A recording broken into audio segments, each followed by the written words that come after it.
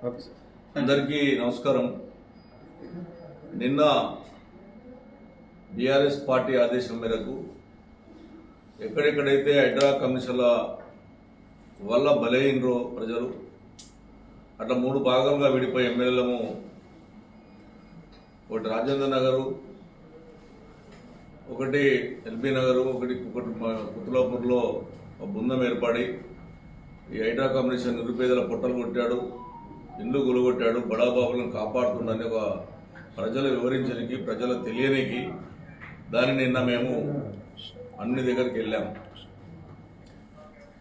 చూశారు మీరు కూడా ఏ రకంగా ఒక ఎమ్మెల్యే ఉండి ఏ రకంగా నిన్న 11 ఎకరాల ల్యాండ్ను గవర్నమెంటే గులగొట్టి ఫిన్సింగ్ చేసి హైడ్రా ద్వారా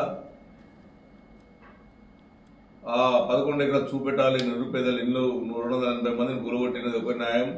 ఇటువంటి వాళ్ళకు పార్టీ మారి ఇంకో పార్టీలకు పోయినటువంటి వ్యక్తులకు ఇంత పెద్ద సాయం చేయడం అన్నటువంటిది ప్రజల్లో చెప్పాలని, ప్రజలకు వివరించాలని, ప్రజలు నిజంగా తెలవాలని చెప్పి నేను తీసుకుపోయాం. ఆ తర్వాత అక్కడున్న శాసనసభ్యుడు, పక్కకున్న శాసనసభ్యుడు ఒక ప్రెస్ మీట్ పెట్టాడు నా మీద. దాని గురించి కూడా నేను వివరించుకోకపోతే ప్రజలల్లో తప్పు చేసినామని అయితే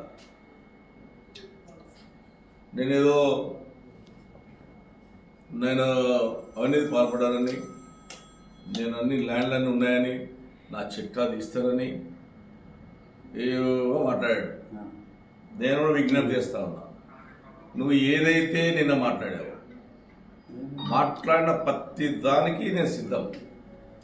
సిబిసిఐకి ఇస్తావా, సిబిసిఐకి ఇస్తావా, ఎన్డీఏకి ఇద్దామా, ఎన్ఐకి ఇద్దామా, లేకపోతే సిట్టింగ్ జడ్జితో, హైకోర్టు సిట్టింగ్ జడ్జితోనా, హైకోర్టు జడ్జితోనా, సుప్రీంకోర్టు సిట్టింగ్ జడ్జితోనా, లేకపోతే జిల్లా జడ్జితో, సిట్టింగ్ జడ్జితోనైనా కూడా నీ ల్యాండ్ల మీద, నా ల్యాండ్ల మీద 100కి 100 రూపాయలు విచారణ చెప్పడానికి ప్రెస్ ద్వారా నేను మీకు తెలియజేస్తున్నా. I'm ready.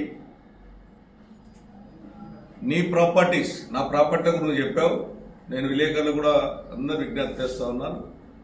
నా ప్రాపర్టీగా ఎక్కడన్నా వేయించి గవర్నమెంట్ ల్యాండ్లో ఉన్నాను అంటే ఏ శిక్షకైనా మాధవన కృష్ణారావు 100కి 100 రూపాయలు శిక్ష వహిస్తాడు.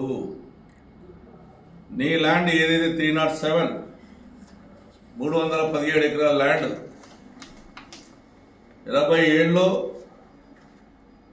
ఉన్నటువంటి ల్యాండ్ 80 ఏళ్ళలో ఓవర్ రైటింగ్ అయింది. దాని తర్వాత